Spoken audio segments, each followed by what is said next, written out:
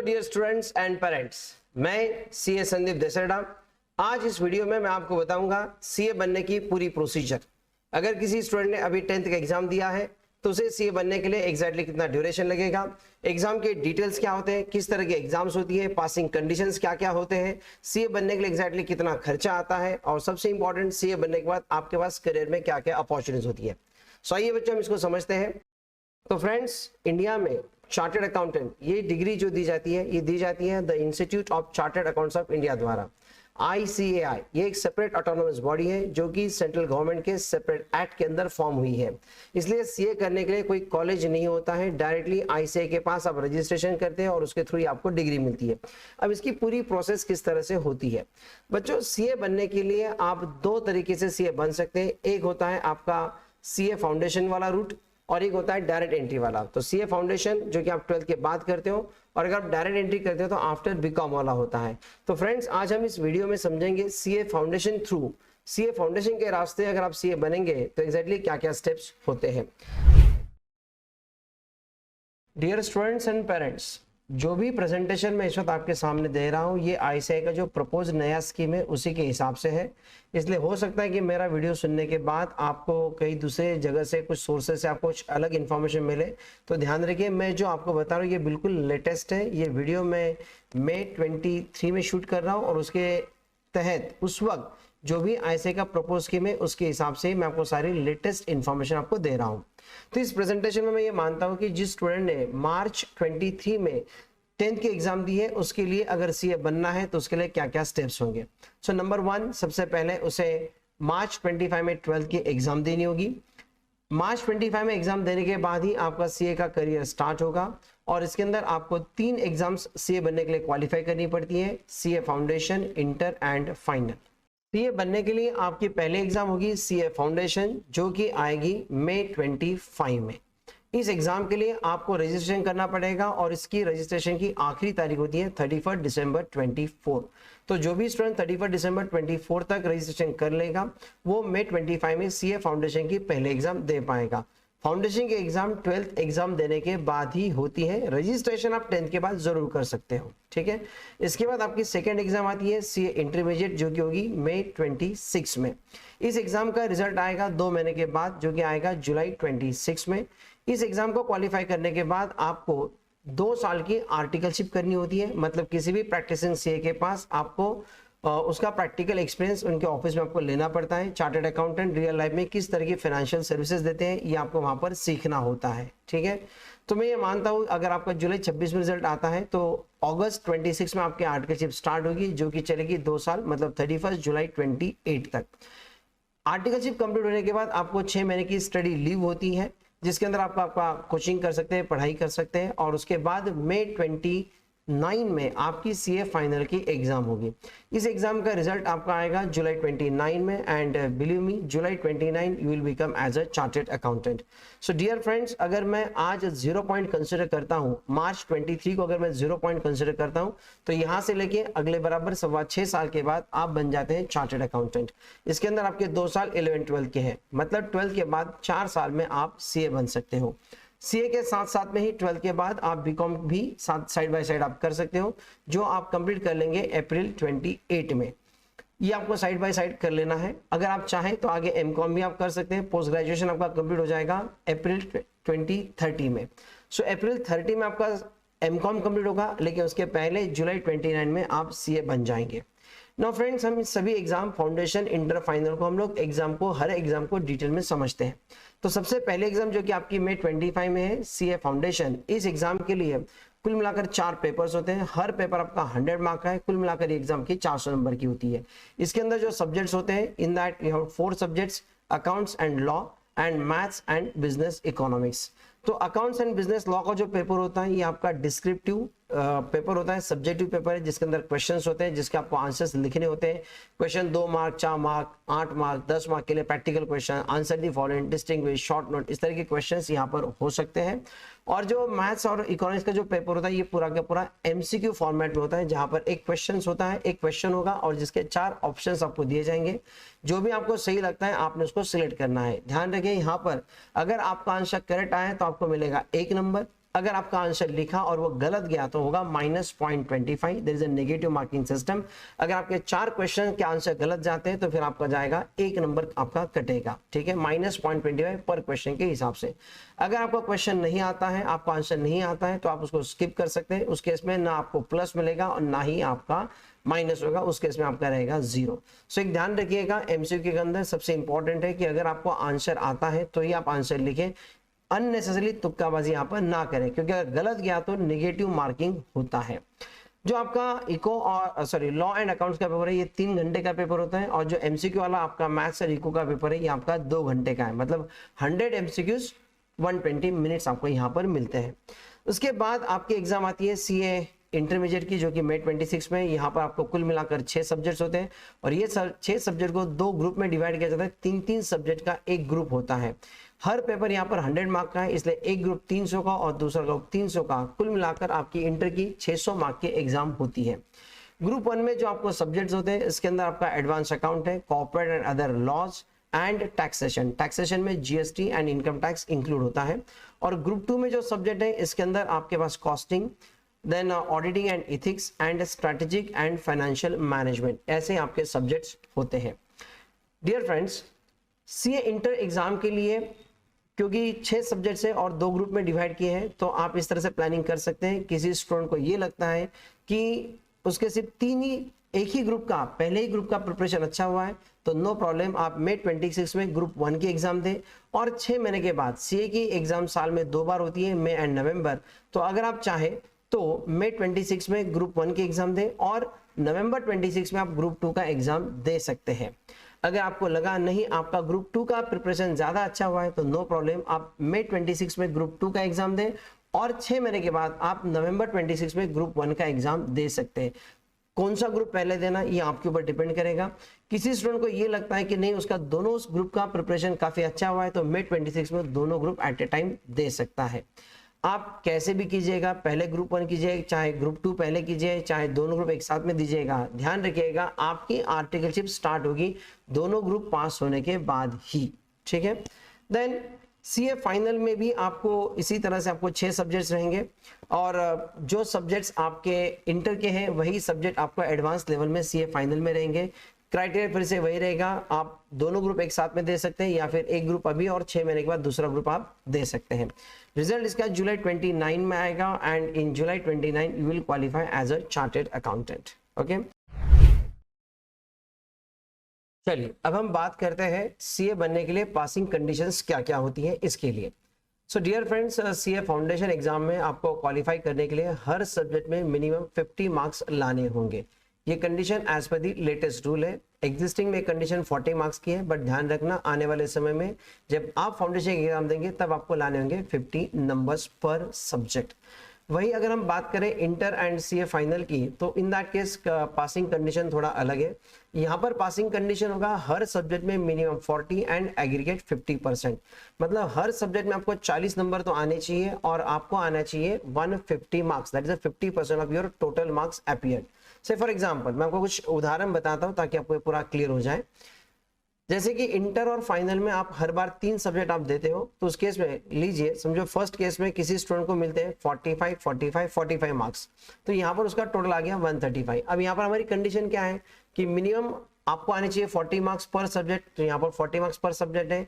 क्योंकि बंदे ने एग्जाम दिए 300 मार्क्स ही, तो आना चाहिए 50% मतलब 150। तो यहाँ पर आपको सब्जेक्ट वाइज 40 तो आ चुके हैं, लेकिन आपका एग्रीगेट 300 में से होना चाहिए 50% 150, जबकि आपका एग्रीगेट है 135। तो यहाँ पर आप इंडिविजुअल सब्जेक्ट में पास है लेकिन एग्रीगेट में फेल है, तो ओवरऑल आपका रिजल्ट फेल है। आपको फिर से एग्जाम देनी होगी, अगले एग्जाम में आपको तीनों सब्जेक्ट आपको फिर से देने होंगे।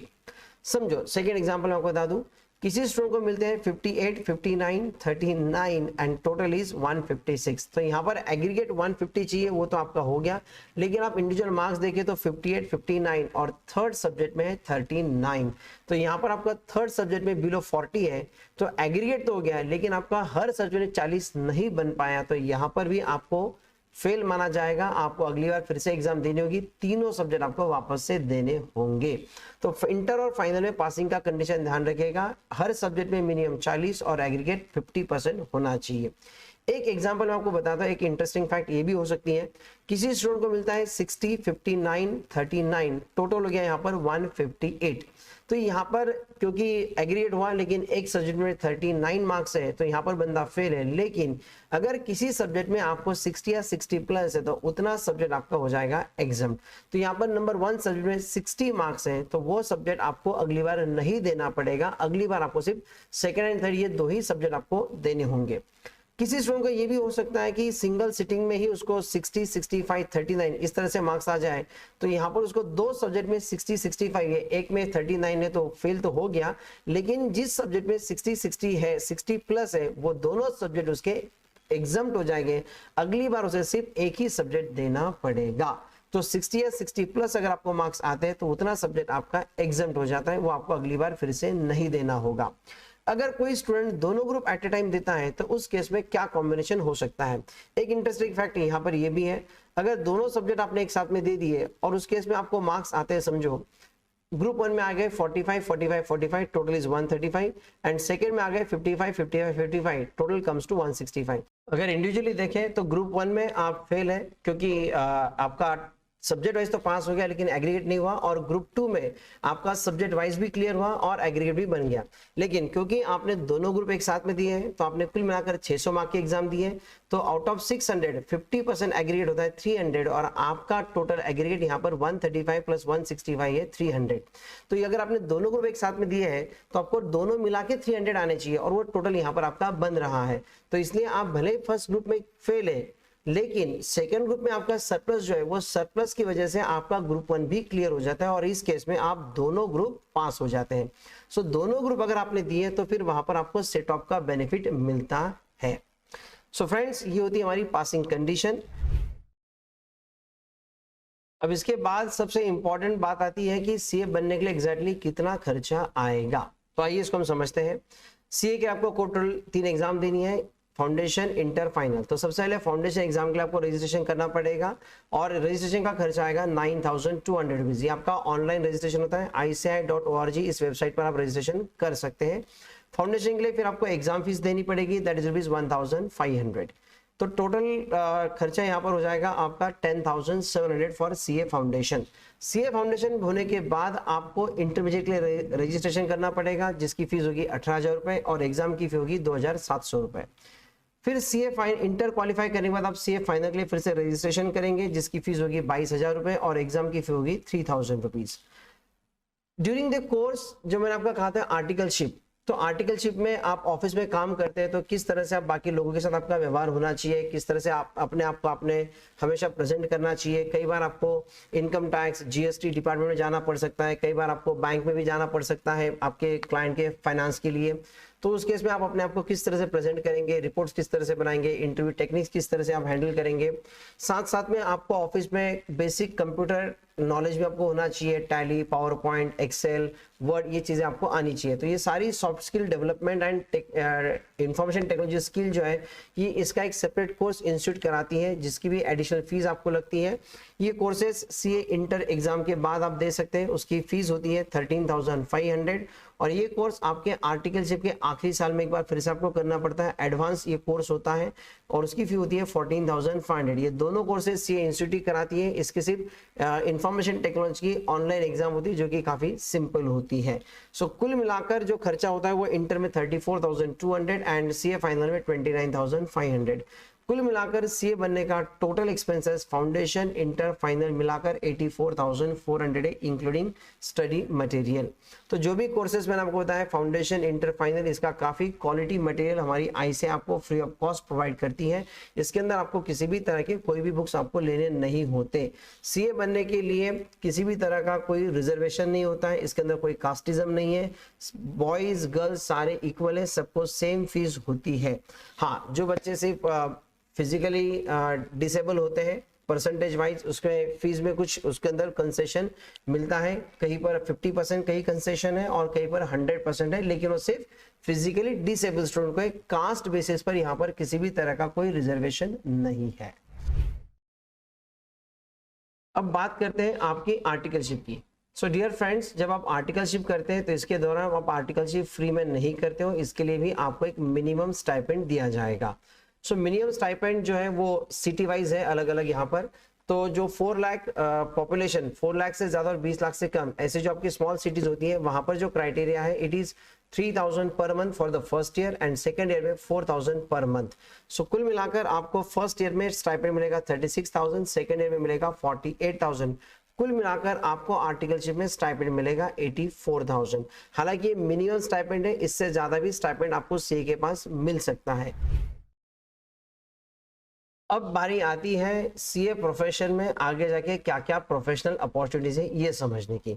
सो डियर फ्रेंड्स, सीए बनने के बाद आपके पास बहुत सारी प्रोफेशनल अपॉर्चुनिटीज अवेलेबल होती है, जैसे कि आप अपनी खुद की प्रैक्टिस भी स्टार्ट कर सकते हो, जिसके अंदर आप अपने क्लाइंट्स को कई तरह की फाइनेंशियल सर्विसेज आप देते हो। जैसे कि पॉपुलर सर्विसेज होती है सीए के लिए income tax consultancy, GST consultancy, audit. Audit का मतलब ये होता है कि जहां पर आपकी जो आपका जो क्लाइंट होता है, कंपनी हो सकती है, बैंक्स हो सकती है, कोऑपरेटिव सोसाइटी हो सकती है, तो ये जो लोग अपने जो बुक्स ऑफ अकाउंट्स मेंटेन करते हैं वो बुक्स ऑफ अकाउंट्स प्रॉपर तरीके से मेंटेन किए गए या नहीं, और उसके बेसिस पे जो फाइनेंशियल स्टेटमेंट बनता है वो फाइनेंशियल स्टेटमेंट कायदे से बराबर बना कि नहीं बना, इसके ऊपर चार्टेड अकाउंट को अपना ओपिनियन देना होता है, that he have to present his audit report. तो ये भी काम, ये काफी इंपॉर्टेंट काम, basic bread and butter of the CA profession का है ऑडिट। ये एक सर्विस आप दे सकते हैं। Then as on today project finance में भी काफी अच्छा स्कोप है। जैसे किसी क्लाइंट को बैंक से अगर लोन लेना है 50 लाख 1 करोड़ रुपए, तो डायरेक्टली बैंक से जाके पैसा तो मिलता नहीं है ना, तो उसकी एक प्रोसीजर होती है, आपको एक प्रोजेक्ट रिपोर्ट बनाना पड़ता है, बैंक मैनेजर को वो समझाना पड़ता है कि ये 50 लाख 1 करोड़ रुपए लेने के बाद इसका रीपेमेंट किस तरह से किया जाएगा इंक्लूडिंग इंटरेस्ट, तो उस तरह से उसका प्रोजेक्ट रिपोर्ट किस तरह से बनाना, ये चीजें आती है प्रोजेक्ट फाइनेंस के अंदर। देन मैनेजमेंट कंसल्टेंसी, ये भी एक काफी अच्छी सर्विस होती है। देन इंसॉल्वेंसी प्रोफेशन, जैसे हम आजकल देखते हैं कि बहुत सारी कंपनियां लोन लेने के बाद किसी वजह से बैंकरप्ट हो जाती है, डिफॉल्ट कर देती है, तो फिर उस लोन का सेटलमेंट किस तरह से हो जाएगा, वो रिफॉर्म किस तरह से होगा, ये कंसल्टेंसी आती है इंसॉल्वेंसी प्रोफेशन के अंदर। देन फॉरेंसिक ऑडिट, ये काफी इंपॉर्टेंट ब्रांच है आज के डेट में, जैसे कि आजकल फाइनेंशियल फ्रॉड्स काफी सारे होते हैं और ये फाइनेंशियल फ्रॉड्स ऑनलाइन तरीके से भी होते हैं, तो पुलिस को ये काफी डिफिकल्ट होता है ये फाइनेंशियल फ्रॉड्स को इन्वेस्टिगेट करने के लिए, क्योंकि फाइनेंशियल फ्रॉड के लिए आपको फाइनेंशियल नॉलेज काफी अच्छा होना चाहिए, जो कि नॉर्मल पुलिस के पास नहीं होता है। तो कई बार पुलिस डिपार्टमेंट इस तरह से फॉरेंसिक ऑडिट कराती है जिसके अंदर ये फाइनेंशियल फ्रॉड्स को ढूंढा जाता है, तो ये भी काफी अच्छी ब्रांच है। Then we have portfolio management, कई सारे लोग शेयर मार्केट में इन्वेस्ट तो करते हैं, लेकिन कब इन्वेस्ट करना चाहिए, कौन सी कंपनी में शेयर्स आपने लेने चाहिए, कब लेना चाहिए, कब बेचना चाहिए, ये बड़ी इंपॉर्टेंट बातें होती है जो कि आम जनता को नहीं मालूम होती है, तो वो चार्टेड अकाउंट की हेल्प इसके अंदर ले सकते हैं, that is called the portfolio management service. तो कई सारी सर्विसेज आप प्रोवाइड कर सकते हैं।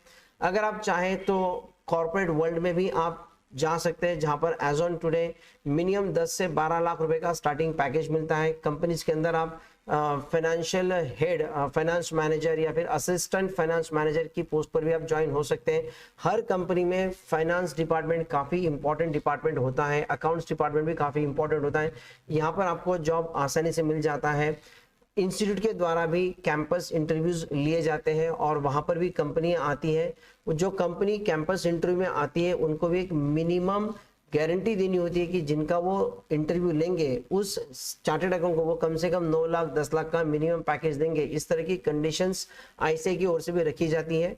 तो ये स्टार्ट चार्टेड अकाउंट बनने के बाद आपको मिलता है एंड ये डिपेंड होता है कि आप भी कितने एक्सपर्टाइज है, उसके ऊपर भी आपका स्टाइपेंड आपका पैकेज डिपेंड करता है। लेकिन एक हमने ऑब्जर्व किया है कि स्टार्ट जैसे हो जाए बट 1-2 साल के अंदर उस स्टूडेंट वो जो भी मेंबर बनेगा उसका सालाना पैकेज कम से कम 14-15 लाख तक आराम से पहुंचता है। नाउ डियर फ्रेंड्स, अब तक हमने जो जाना कि भाई टोटल ड्यूरेशन क्या है, एग्जाम्स क्या है, पासिंग कंडीशन क्या है, एक्सपेंसेस क्या है, प्रोफेशनल अपॉर्चुनिटीज क्या है। नाउ सबसे इंपॉर्टेंट बात ये आती है कि सर हम सीए बनेंगे कैसे, उसके लिए हमने किस तरह से तैयारी करनी चाहिए। तो मैं आपको बता दूं, आप अपने करियर में जब आप 10th एग्जाम दे चुके हैं, तो जब आप 11th में होंगे तो उसमें आपके जो सब्जेक्ट्स होते हैं और जो आपके सीए फाउंडेशन के सब्जेक्ट होते हैं, एक बार आप उसको भी देख लीजिएगा। आपने सीए बनने के लिए कॉमर्स आपने सिलेक्ट करना चाहिए, क्योंकि यहाँ पर आपके जो सब्जेक्ट होते हैं it is your accounts, maths, economics, organisation of commerce and management, secretarial practice, then English and information technology. Normally ये सब्जेक्ट आपको कॉमर्स में 11th में होते हैं एंड साथ साथ में अगर आप देखें फाउंडेशन में आपको सब्जेक्ट मिलेगा accounts, maths, economics and law. तो अगर आप देखें तो जो 11 12 के जो पहले 3 सब्जेक्ट है और जो फाउंडेशन की जो 3 सब्जेक्ट है, ये 3 सब्जेक्ट दोनों में आपके कॉमन है। इसका मतलब अगर आप 11 12 में इन सब्जेक्ट को अगर आप अच्छी तरह से फोकस करेंगे तो आपका फाउंडेशन का 80% काम ऑलमोस्ट हो जाएगा, क्योंकि सीए फाउंडेशन का जो भी सब्जेक्ट आप लेंगे उसका 80% प्रिपरेशन आपका 11 12 में ही होता है। इसका मतलब जो 11 12 का अकाउंट्स, इकोनॉमिक्स, मैथ्स है, यही आपको आगे फाउंडेशन का सिलेबस का ऑलमोस्ट 80% सिलेबस होता है। तो जरूरी ये है कि आप 11 12 में इन सभी सब्जेक्ट को आप अच्छी तरह से फोकस करें, ताकि ये अगर आपने अच्छे से कर लिया तो फाउंडेशन आपका फर्स्ट अटेम्प्ट में क्लियर होने का चांसेस बहुत अच्छा होता है। एंड यहाँ पर हम आपको हेल्प करते हैं, आप हमारे यहाँ पर ज्वाइन कर सकते हैं। हम लोग पिछले 20 साल से 2003 से हम लोग इस प्रोफेशन के अंदर है। We are in coaching professions and teaching since last 20 years for the CA foundation, inter final, company secretary. साथ साथ में हम 11 12 का भी कोचिंग प्रोवाइड करते हैं। हमारे यहाँ पर जो भी फैकल्टीज है ऑल आर ऑलमोस्ट चार्टर्ड, सभी चार्टर्ड अकाउंटेंट फैकल्टीज है for all the important subjects. All faculties having at least 15-20 years experience faculties है। यहाँ पर हम आपको 11 से ही हम आपको सीए फाउंडेशन का प्रिपरेशन कराते हैं। मतलब 11 12 साथ साथ में सीए फाउंडेशन का प्रिपरेशन एक इंटीग्रेटेड प्रोग्राम हम बनाते हैं, जिसके अंदर 11 से ही आपकी फाउंडेशन की तैयारी की जाती है। डियर पेरेंट्स, हम लोग 11 से पिछले 2 साल से हम लोग कॉलेज फैसिलिटी भी प्रोवाइड कर रहे हैं। तो अगर आप हमारे यहाँ पर अगर आप ज्वाइन करते हैं तो उस केस में आपका क्लासेस भी होगा, सारे एक्सपर्ट टीचर्स आपको मिलेंगे, प्लस यहाँ पर आपका कॉलेज भी हो जाएगा और साथ साथ में आपकी सीए फाउंडेशन की तैयारी भी हो जाएगी। फाउंडेशन के बाद फिर आपका इंटर और फाइनल का भी प्रिपरेशन यहाँ पर अच्छे से होगा। और अधिक इन्फॉर्मेशन के लिए आप स्क्रीन पे दिखे हुए नंबर पर संपर्क कर सकते हैं। आप हमारी वेबसाइट dppa.co.in इस पर भी आप विजिट कर सकते हैं। So dear friends, this is what about your entire CA course। अगर ये वीडियो आपको अच्छा लगा तो प्लीज़ आप अपने दोस्तों के साथ इसे ज़रूर शेयर करें। Thank you so much.